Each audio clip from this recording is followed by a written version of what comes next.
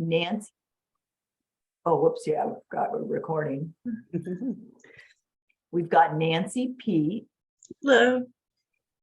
And then Kat Hill. Hi, everybody. And they're going to walk us through their journey in Parkinson's. So this is the cover of the book. It's Being Well. And it's a wonderful, and I'm a visual girl. So right at the beginning of the book, they give you a wellness chart, which they'll describe in their lecture here today, but it's just amazing. You can kind of walk through the book with them, and it was a wonderful read. So I wanted to introduce them, and they can share their journey with us. And it was a pleasure meeting them so far. So let's hand it over to Nancy and Kat so they can share with us their journey. All right. Hi, everybody. Welcome. I'm going to try sharing my screen here. And if the stars align, we'll be doing it well here. Let's do this. And double click and share. Go to play from the start. Here we go. Fabulous. Yay. We're on.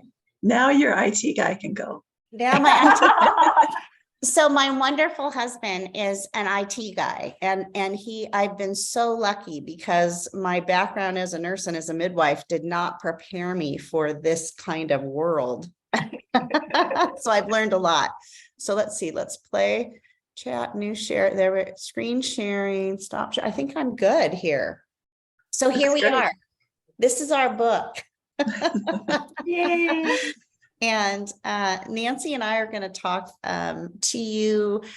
People ask us a lot of questions about what it was like to write a book together. So we're going to talk a lot about that. We're going to talk about what's in the book. We'll share our Parkinson's stories. And we certainly want to allow plenty of time to answer questions, or feel free to, in the chat, if you have questions, you can let us know, but we'll also allow some time at the end for that. So here we go. And I'm going to look at that. It even worked. Here we are. Here we are. Yeah. So now I really feel like I've mastered it. Right. I was laughing earlier about this boxing pictures, because don't we look like professional boxers with those smiles? Yeah. Come on, I'm going to hit you, smile. We took a boxing class together for quite a while. So those are pictures from the boxing class. So my name's Nancy Peate. I was diagnosed with Parkinson's about 8 years ago. My primary symptom is I have bradykinesia, which is that fancy word for I move slowly. So I'm not the first one out of the gate.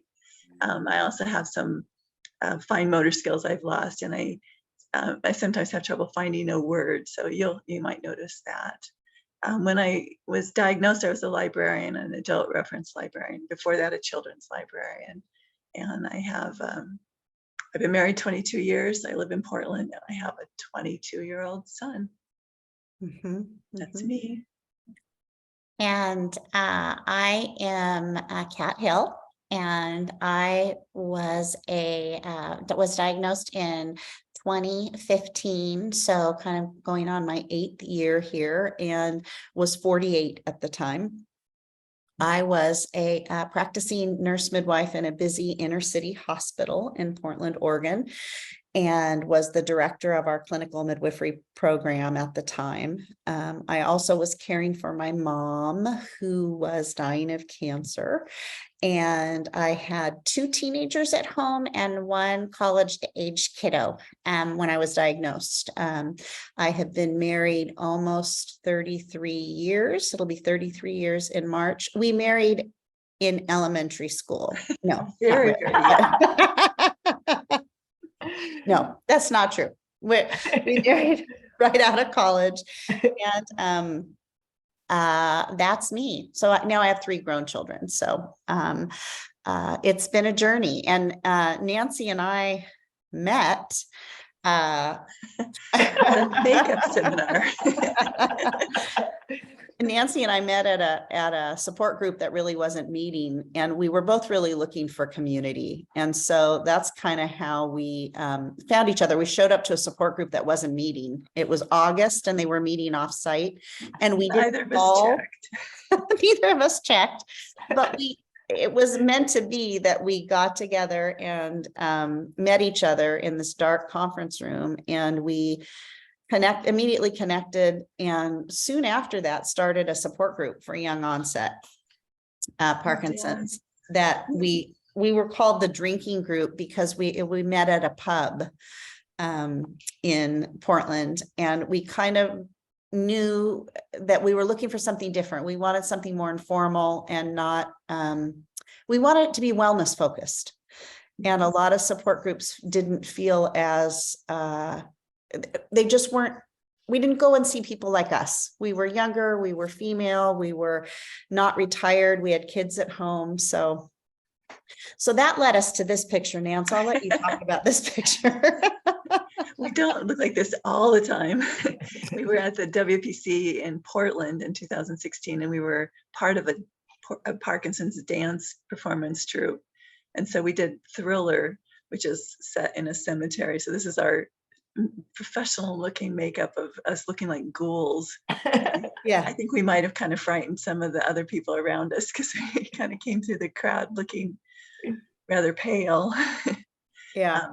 It was really fun though. And the WPC in Portland just opened my eyes to what kinds of possibilities there were for and groups that different groups could get together and talk and advance our knowledge of the disease.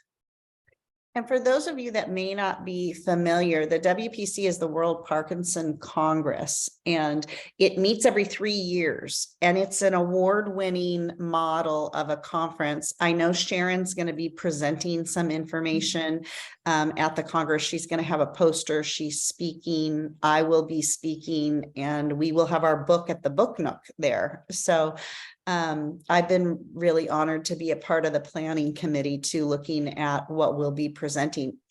It was supposed to meet in Barcelona in 2022, but because of COVID, it's been bumped a year. So we would love to see some of you there. Barcelona, Spain, July 4th through 7th. And I know there's going to be some information at the end of the program about more about the WPC, but the WPC has been a really integral part of our journey, because when we connected and we danced at the WPC, we also, because we were support group leaders, got to attend for free. And Nancy and I went together, and we were amazed at what we learned at the Congress. And we said, Nancy, let's do a project for the next one. Let's find something, and why don't we present in Kyoto? And that was just the wildest dream at the time, like Kyoto, wouldn't that be amazing? And it was a dream. You know, I was looking at the kinds of people that were at the WPC. There were care partners, people with Parkinson's, rehab specialists, physicians, scientists, drug reps. It just opens collaboration that wouldn't happen in a traditional scientific meeting. Right. And even as a nurse practitioner, I would go to conferences and it was all nurse practitioners. It wasn't pregnant people. It wasn't consumers of healthcare. So this model is really award-winning. I remember somebody saying, this is the first person I've met with Parkinson's. They were like a researcher that should have been meeting us a lot, but they hadn't yet. Which brings us to this slide, which is here we are in Kyoto. And we gave a talk called Resilience Beyond a Diagnosis. And that's actually us up on the stage with that huge screen behind us. We were talking earlier about technical glitches. We had a little technical glitch during our talk, but we were able to pivot and show a little bit of resilience. There was nothing to do but just keep going. Just keep going. Watch it happen. The picture on the left is us with friends, including Parky, who is played by a man from Portland. So these are all friends from Portland that were there attending and that came to our talk. So that was us afterwards, because I can tell how relieved we look. It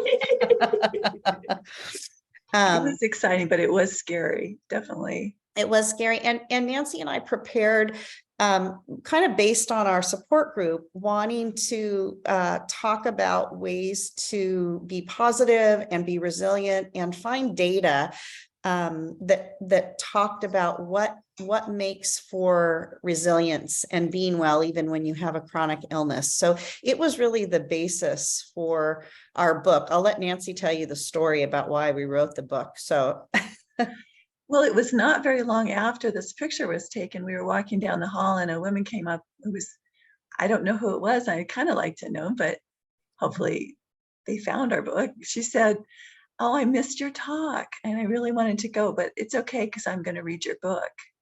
And I remember Kat and I looked at each other like, our book. We haven't written it yet, but so then I think the rest of the week we would say things like, "Well, that's in the book." right.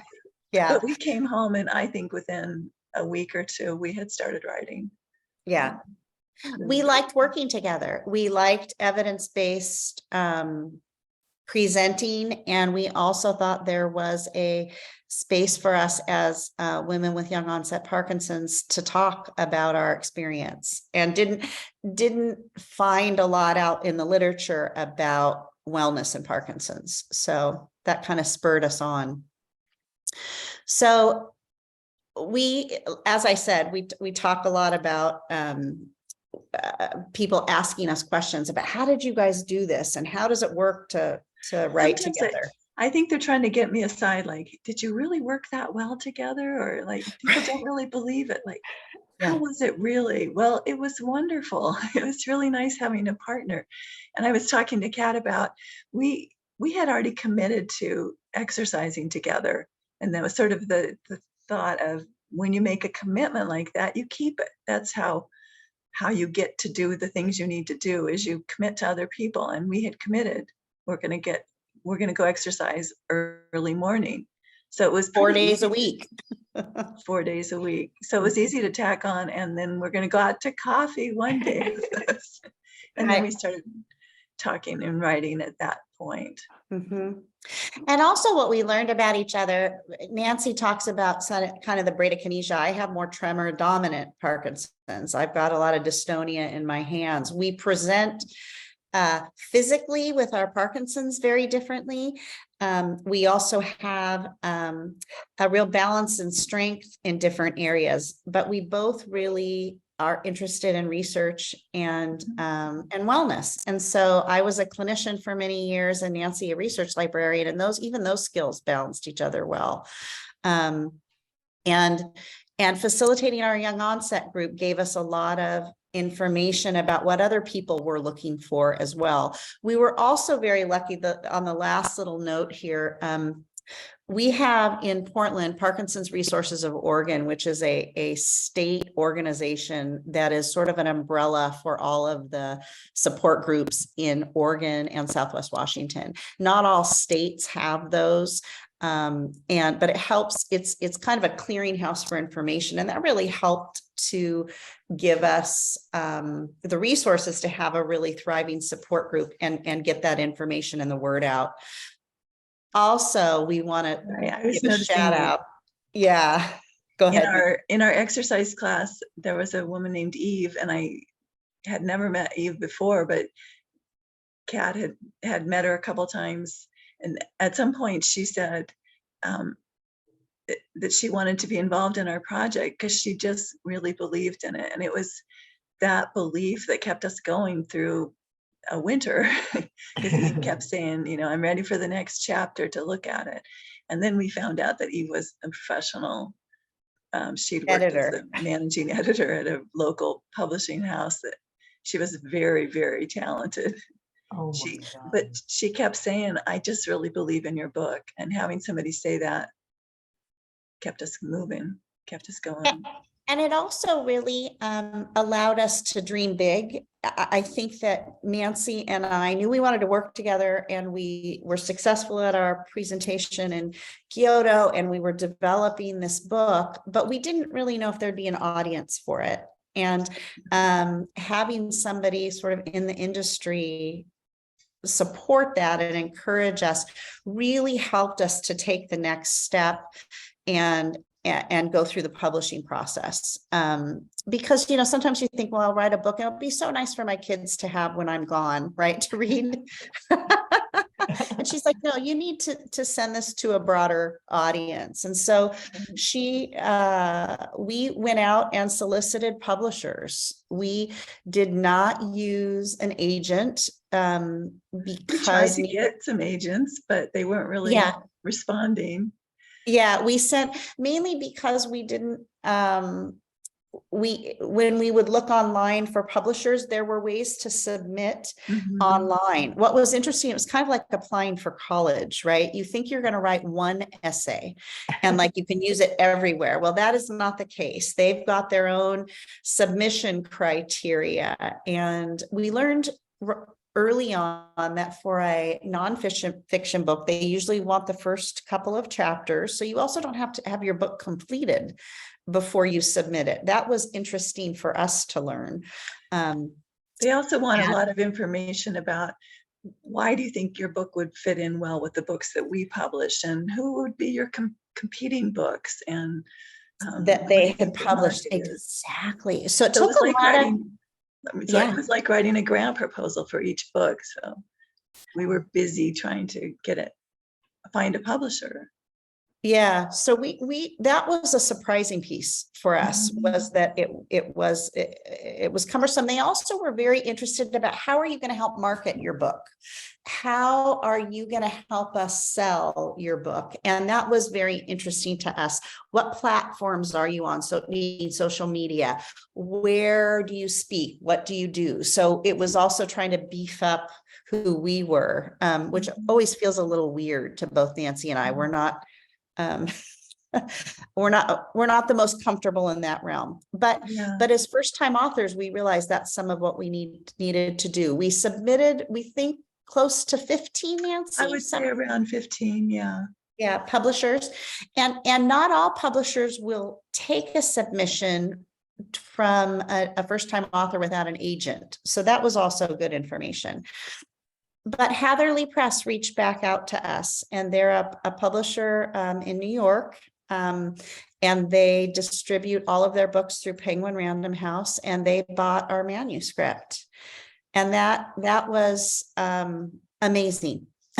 That was an amazing day. They were such a good fit for us. They're a health and wellness publisher. They have lots of books on different topics to do with wellness, and they have been nothing but helpful the whole way through. They worked with us on getting edited. They worked with us on finding the cover that we wanted eventually. They right away saw the wellness spiral and said, I remember the first time we met them, they said, did you guys come up with the wellness spiral, or is this something else? And we said, no, it's ours. And we're going to talk about the wellness spiral here in a minute, but that's really what they wanted. And that was very gratifying. And the nice thing about having a publisher is that they pay for all the printing, they do the distribution. So books are available all over the US and Canada. And as if we were to have self-published, which we also were looking into, which would have been a fine option for us. It would have been costly. We would have had to distribute. I know that Amazon is one of the options. They will print and send books, but we were excited to be able to go the traditional route and let them assume some of the cost for publishing and distributing. So that was exciting. Yeah. So it took a while to get a book during COVID. It was sort of like a long labor of love, my midwife analogy. Nancy's got the timeline a little bit. She's going to share that. So we went to WPC in Tokyo. That was in July 2019. This is all in the patience part of the slide. It takes a long time to publish a book, which we knew, but we didn't really know. So then we did a major reorganization of our thoughts by the next spring. Hatherley expressed interest in us in March of 2021. That's when we first heard from them.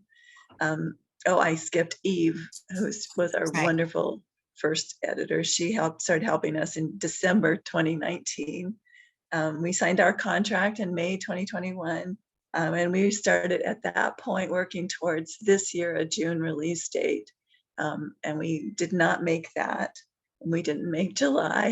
We didn't They make put it off August. a month, and so we would plan. And of course, I was planning this across country travel in this Airstream and kept thinking, oh my gosh, please let it happen before we Before I'm leave. I'd gone. like to be in the same room with Nancy when the book's delivered, but Yeah. Yeah. We were close. we were And close. then our published date was October 18th. So it just came out less than a month ago. And it took us a little over a year to write it. And then the process with a publisher, they have several layers of editing that they go through, and that took at least another year. So people Wow. often will say, how long does it take? So as soon as it's published, it's already outdated. I said that earlier.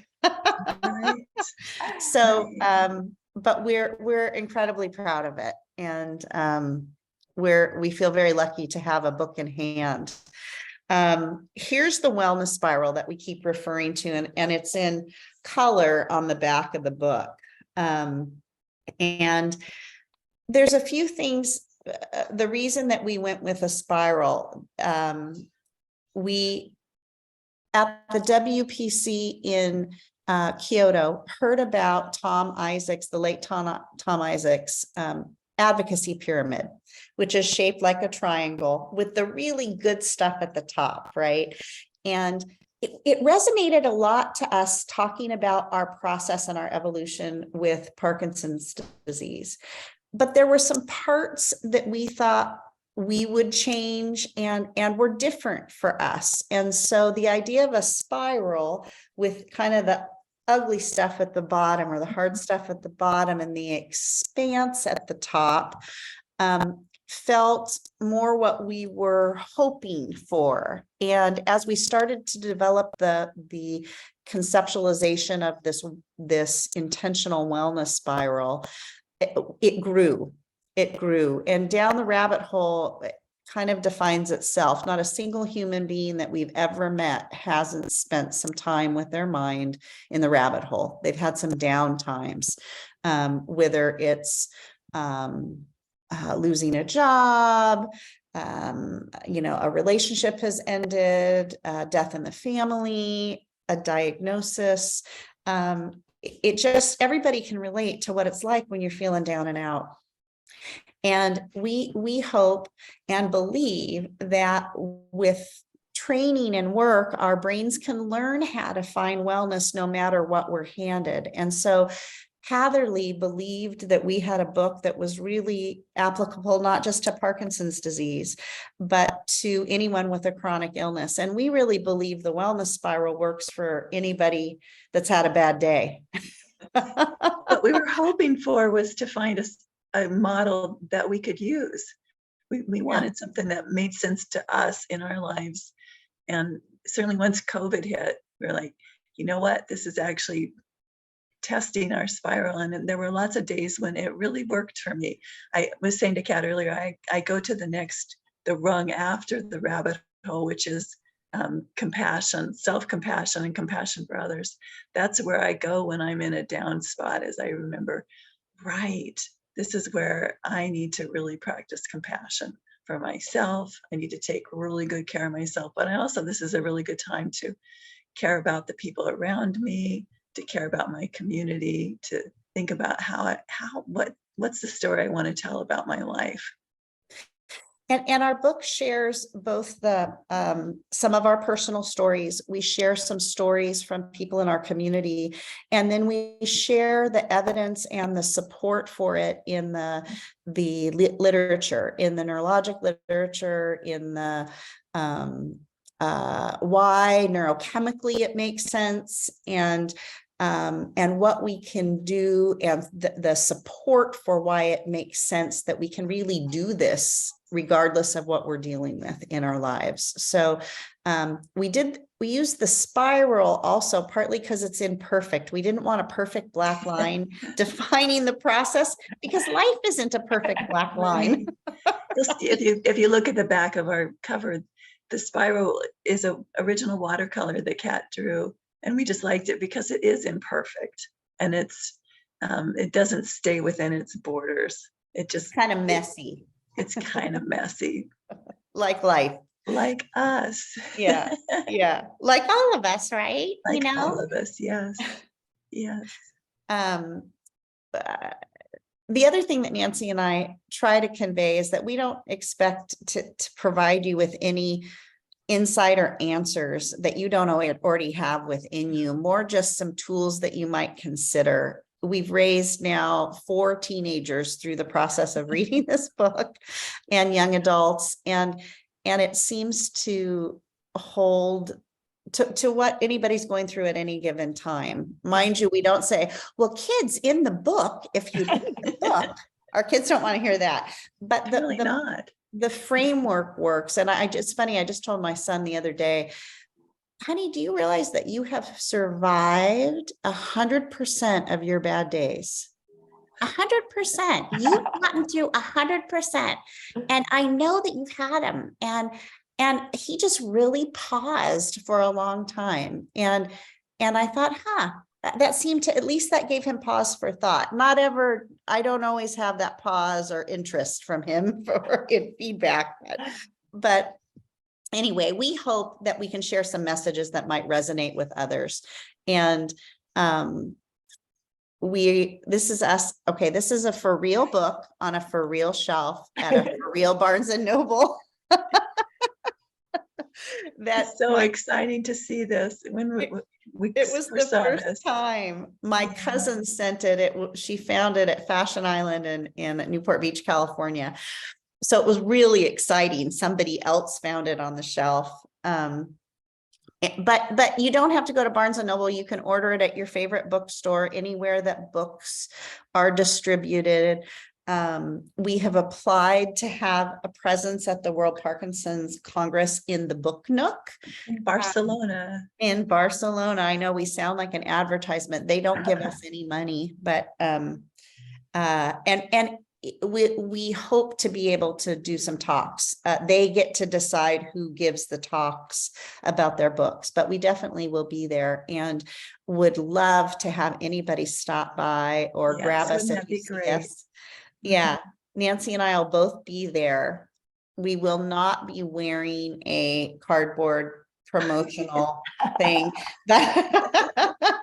Even though I think the publishers would love if we did. You know what I'm talking about, like those sandwich boards, floating balloons, or a spinner. Yeah, can you imagine? I would be all over the floor.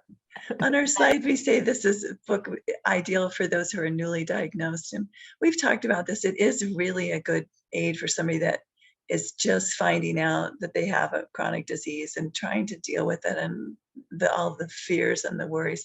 But it's also a book that we wrote for people that have been around the block a few times with the chronic illness and are still like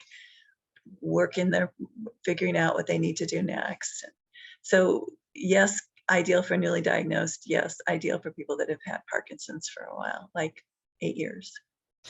And we try not any single chapter in our book could be, a doctoral dissertation in terms of, and we know that there's so much evidence out there, but we tried to present it in a way that it was bite-sized pieces so that it's not overwhelming.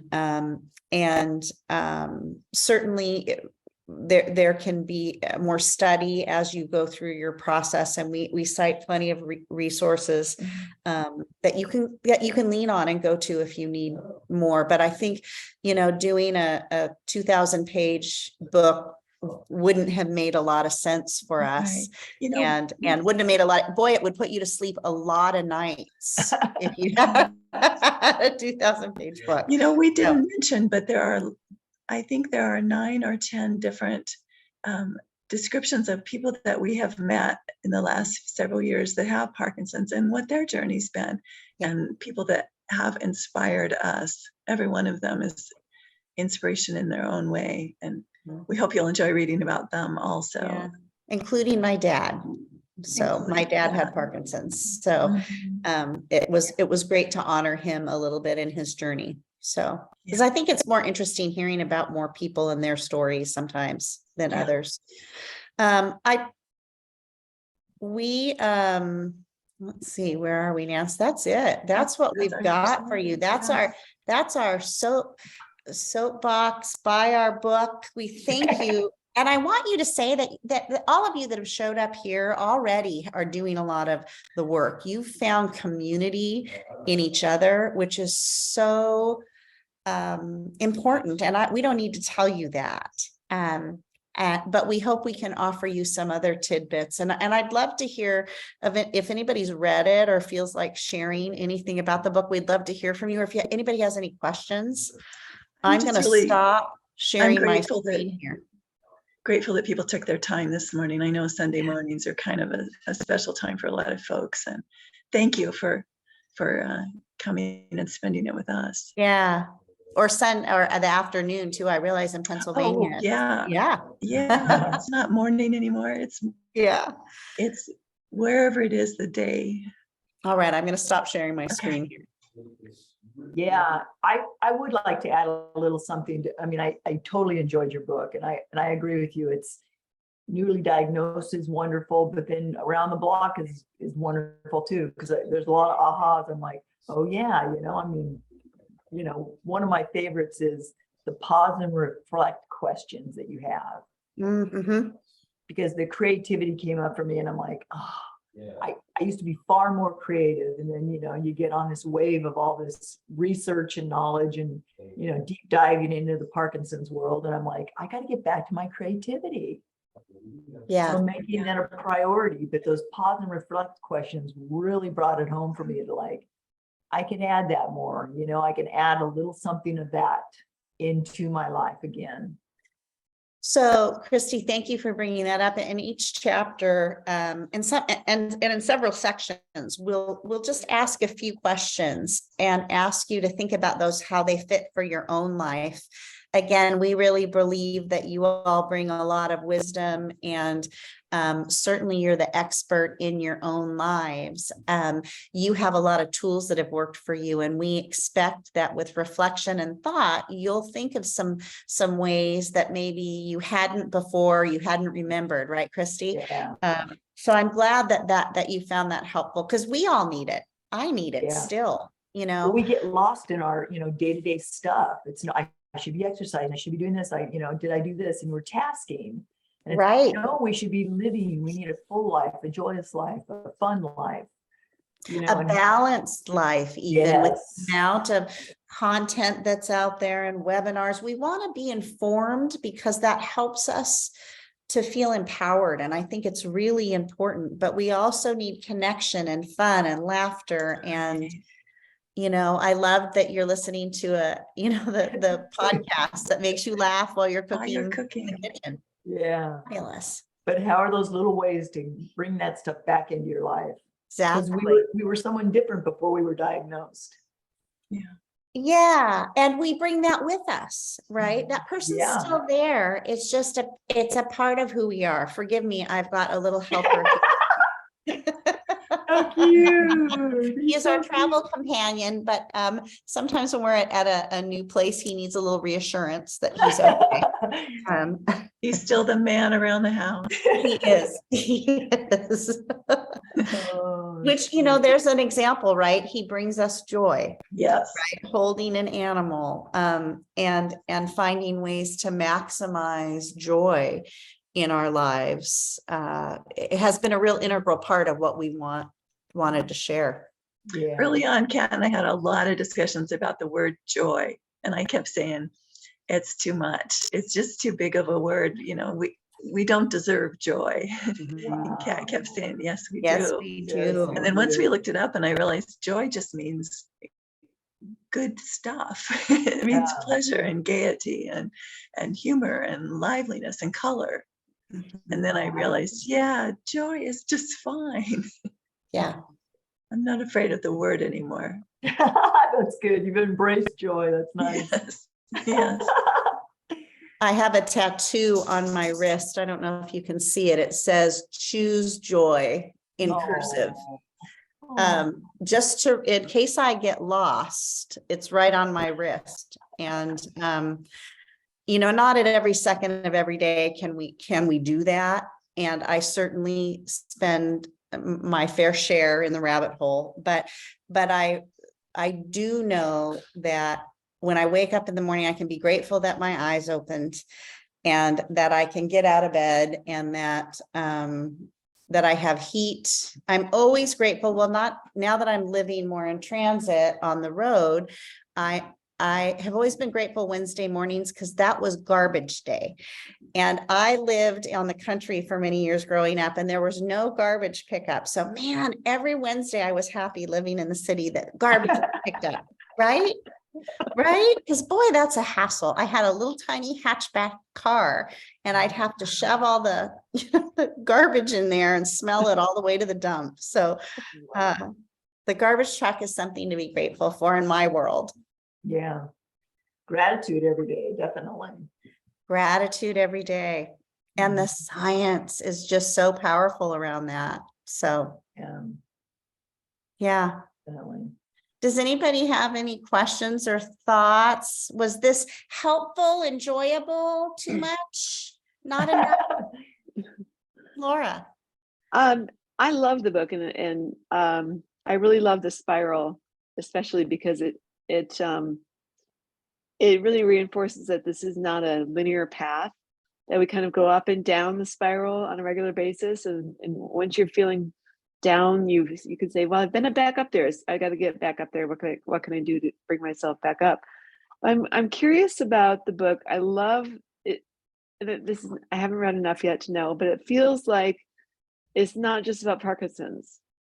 Like, I like that the title is about chronic illness and it can apply to anybody. So I could gift this book to my friend who has RA or something like that. So I love that you expanded your focus beyond just Parkinson's, because I think that helps us kind of broaden our world a little bit.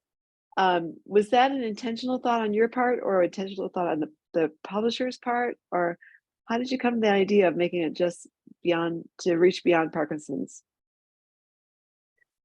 So that's a great question, Laura. I think when we started the process, we thought that it may be a universal message because it was through our lens of Parkinson's disease, but I also talked fairly early in the book about my son who was diagnosed with type 1 diabetes and gave us the framework as a family to be thinking about how do we live a healthy existence and a well existence, even with a member of a family with a chronic illness. We were hopeful that it might resonate, but the publishers really felt strongly that the message would resonate across the board. So that's our hope. And we certainly are encouraging, because all the tools are universal. The stories, many of the stories are Parkinson's related, but they are applicable to almost all illnesses. We were taking a little bit of a risk by not putting Parkinson's on the cover, but that was specifically, we thought people with Parkinson's will figure it out really quickly and that we wanted to see if it would be available to other people, that they could access it. Yeah, Eileen's got her hand up. Hi. Yeah. On first sight of your book, the first time I saw it was when you held it up, and I just wanted to say that the spiral definitely resonated with me. I thought that was absolutely like right on. And the other thing is, I feel that it speaks to the concept that it's something we can choose. It's a conscious choice to want to be well and to feel well, and the fact that there are choices and that you can move up consciously. And I just think that that's fantastic. We talk about early on in the book a lot about how words have power, and the words that we tell ourselves have the most power. And are we going to define ourselves as sick and everything around that? When sometimes in groups or meeting with other folks with Parkinson's, we'd hear terms, when I got sick, and since I've been sick, and I started to realize that I don't associate with being sick. You know, you have to check a box at some of the studies. Are you well? Are you healthy? And I always check healthy. You know, I'm doing everything I can. Oh yeah, and I have Parkinson's. I check that box too. But it does become a mindset of, do we box ourselves into a corner?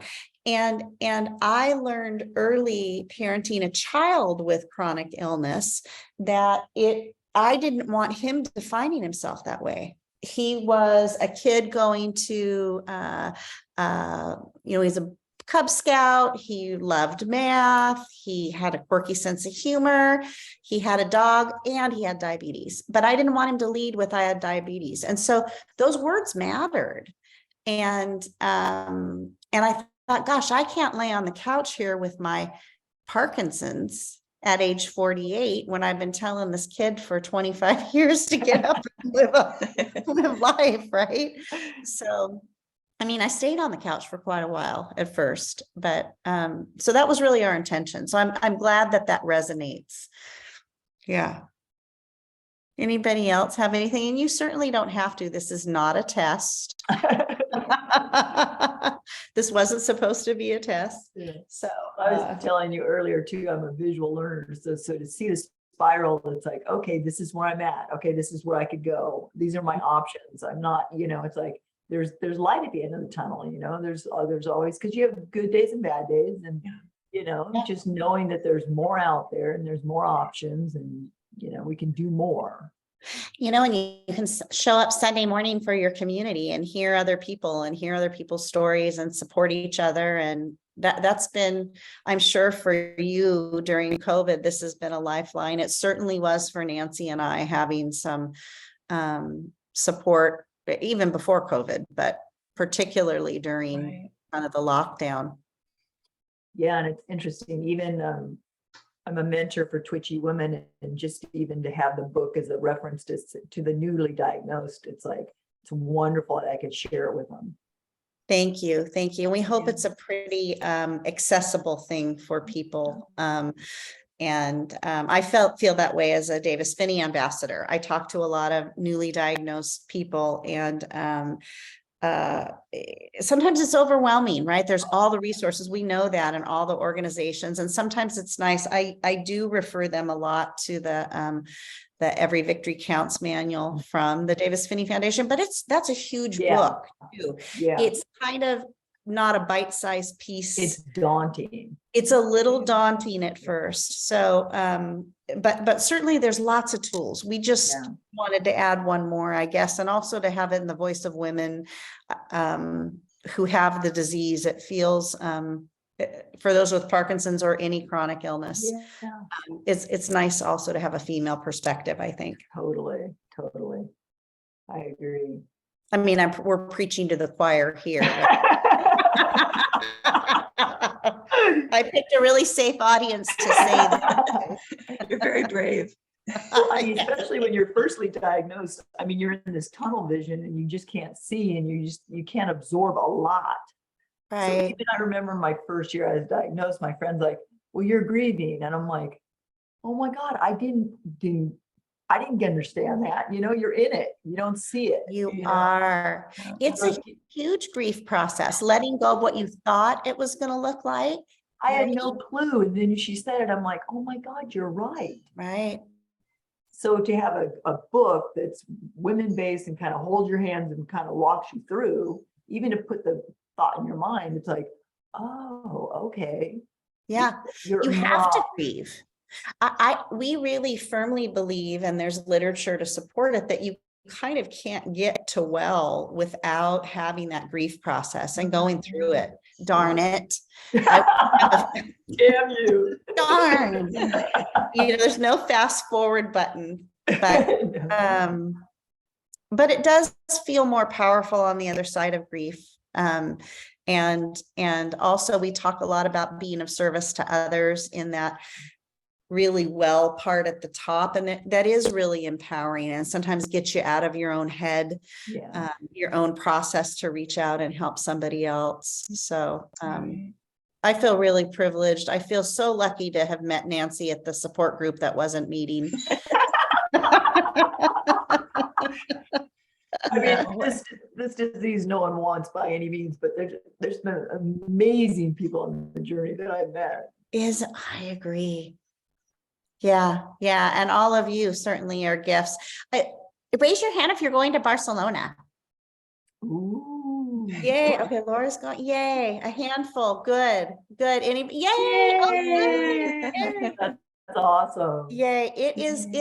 World Parkinson Congress was really life-changing for Nancy and I. And it's been a great community to be a part of. It's been a great way to be of service. My husband is actually a volunteer coordinator for the Congress. So if any of you are volunteering and you get an email from Ken Hill, he is my better half. That's the IT guy. That's the IT guy. IT guy. Well, and Kat, you were telling me that in preparation for Barcelona, they do a lot of things in the city itself to prepare them for people with Parkinson's coming. They do. There's a whole committee. They meet with first responders. They meet with all the hotels. There's a whole branch of us that I'm not a part of that because I'm not in Barcelona, but Fulvio, several of the native speakers that are on the planning committee help to do all of that so that the community itself learns a lot more about Parkinson's and about people with Parkinson's. And so they're ready for us when we come. And so there's boots on the ground already starting to do some of that training. And that's part of what makes it such an amazing conference. I mean, it really is one of a kind, and it's a great model. So I can't say enough good about it. I also know that it's expensive and time consuming to, fly. I've been very lucky to volunteering and doing some work to be able to get there. But every 3 years is reasonable to save for me. Laura, yeah. Speaking of WPC being expensive, everyone may know about this or may not, but there is a scholarship available from Twitchy Woman to pay for your entry fee into the World Parkinson's Congress. Awesome. Yeah, so go to Twitchy Women. Oh, good. Sorry to interrupt, take your still thunder there, but I'm on the committee that's working on processing those applications. We've received a few already, and we have a really nice pot of money to pay for these scholarships. So I think last I heard it was almost $17,000. Wow. To pay for those scholarships, and so that's kind of exciting. So I encourage everyone here to apply. It's great. And there's also, we give you resources on how to apply for travel grants. I was gonna say there's travel things grant like that as well on the site. And there's also a group of us with young onset Parkinson's raised money during the pandemic for scholarships also. So to try to help fund some trips for people. So there are resources. So don't let that be a barrier. And if you need more help, call Laura. No. Her phone line closes in 15 minutes. That's right. But also on the WPC website and Twitchy. That's so awesome. Oh, amazing group.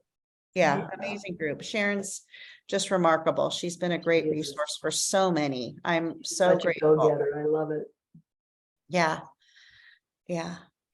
All right, you guys, anything else? I know you need a few minutes for announcements. Right. Yeah. We're at that time. Yeah. Wow, what a great hour. Thank you all for coming out. Thank you so much for sharing with us. We really appreciate it. Thank you. Thanks for taking the time. Yeah. We just have a few slides at the end. And there's the World Parkinson's Congress. So there is the applications, and you can email twitchywomen@gmail.com, and Sharon will give you all the information and the applications. So a lot of money. That's amazing. So there's more money in the pot to be given out. So don't hesitate to email Sharon at Twitchy Women. And then the next coming up Sundays, we got November 20th. We've got Sydney Collins for balance, gait, and active devices. So that should be interesting. And then December 4th, we got Rock Steady Boxing with Dean. I just got back into boxing, so I'll definitely be tuning into that one. And then we have 2 chat groups for twitchy women. Tuesday mornings with Shelley, that's a wonderful group. And then on Sunday mornings, we have twitchies with partners, without partners, they're the single parkies. So that's before this lecture on Sundays. So tune into those if those interest you. We've got wonderful turnouts for those too. So that takes us through. And if you have any questions, don't hesitate to email Twitchy Women. Sharon's wonderful about answering and getting back to everybody. And so thank you everybody for joining us. And Kat and Nancy, thank you so much. I'm going to share your book with many, many more people. Thank you. Thank you so much, you guys, for taking the time and coming out. I hope to see many of you soon. Yeah. Congratulations, Nancy and Kat. Yes, Thank you. congrats. you. Thank you Thank so you. much. All right. Bye, Bye. everybody. Bye.